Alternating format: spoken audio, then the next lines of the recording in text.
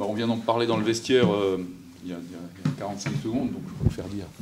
Je vais un peu me répéter. Je crois que on savait avant le match que l'équipe de Cholet allait arriver pour son premier match à domicile, en plus en ayant perdu le premier match au Portel, avec beaucoup d'intensité, avec la volonté de mettre du rythme, avec la volonté de nous agresser et de nous imposer physiquement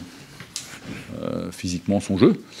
Donc on savait qu'on devait être prêt par rapport à ça, et puis force est de constater qu'on n'était pas du tout prêt. Alors on s'est un petit peu leurré, je pense, par les 2 premiers tirs à 3 points qu'on a mis, qui ont fait qu'on a cru qu'on était dans le match quand même. Mais on sait très bien que c'est pas en jouant en 85 points, en encaissant 85 ou 90 points qu'on va gagner un match à l'extérieur. Donc on n'était absolument pas dans la bonne intensité. On était battu sur tous les duels. On avait parlé du repli défensif qui devait être une priorité. On a encaissé, je sais pas, 20 points sur du jeu de transition simple, quoi. Une passe et puis le joueur qui avait la balle, il allait au panier, quoi. Après, on n'a pas pris un rebond défensif. On était archi dominé. J'ai souvenir de la première attaque de Cholet où ils prennent 3 rebonds offensifs dans la même attaque. Je ne sais pas si c'est la première ou la deuxième. Donc on n'était absolument pas dans les duels. Donc à partir du moment où on n'est pas dans l'intensité dans les duels, on subit la défense de Cholet, l'agressivité, on ne met pas nos shoots même quand ils sont ouverts. Après, tout le monde ici connaît le basket. On sait très bien que quand on est dans le bon rythme, en général, on joue mieux. Donc on était à côté de la plaque, complet. Donc à la mi-temps, on s'est redit effectivement les choses, on a reparti des bases. De savoir si on défendait en inversion ou pas en inversion sur l'écran à 45 degrés, c'était pas le sujet. La question, c'était d'arrêter de se faire prendre les ballons dans les mains. Tous les ballons qui traînaient en premier mi-temps, ils étaient pour Cholet. Voilà.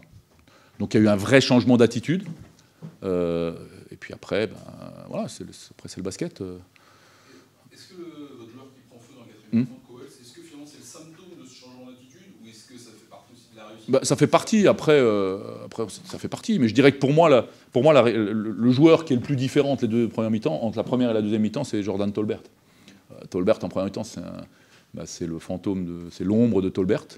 Si j'ai voulu ce joueur, c'est parce que c'est un jeune joueur qui a joué qu'1 an en 2e division italienne, parce que c'est un joueur qui a une dimension athlétique des 2 côtés du terrain qui est vraiment, vraiment importante.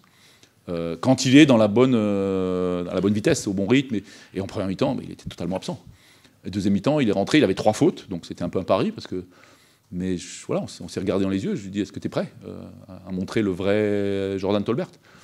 Et puis il nous a mis, et en attaque et en défense, dans un bon rythme. Après, Coels, voilà, c'est un garçon qui peut marquer des paniers.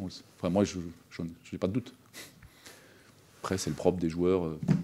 On connaît, il y a des shooters qui sont capables par moment de... Oui, c'est vrai qu'il a mis 2-3 tirs qui nous ont fait beaucoup de bien. Ou 4-5 même.